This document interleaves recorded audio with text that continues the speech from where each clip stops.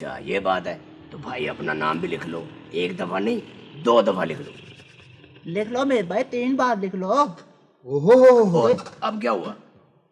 लंबू का तो इसमें नाम ही नहीं। मेरा नाम, चलो फिर क्या हुआ, नाम में क्या रखा होता है चाचा करमू? तुम मुझे दिल से बुला रहे हो ना, खाने की दावत है ना, तो कोई नहीं चाचा करमू, मैं आ जाऊंगा। चाचा करमू, मैं जहाँ भी तंबू देखता हूँ मैं अंदर। अस्सलाम वालेकुम।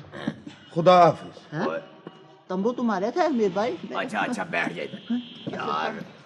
असलम मियाँ, हाँ चाचा करमू। इसका मतलब ये हुआ कि भाई यकूब और बाजी रुसखाना को मुझे घर जाकर दावत देनी चाहिए, ये तो वो भी नाराज हो जाएंगे।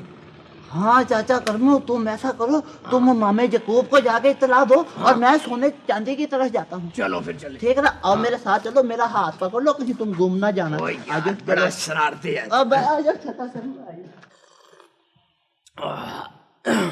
भाई यकूब साहब, दरअसल मैंने बेटी सुरैया की मंगनी अपने बेटे बसारत के ड्राफ्ट के इंतजार में रोक रखी थी।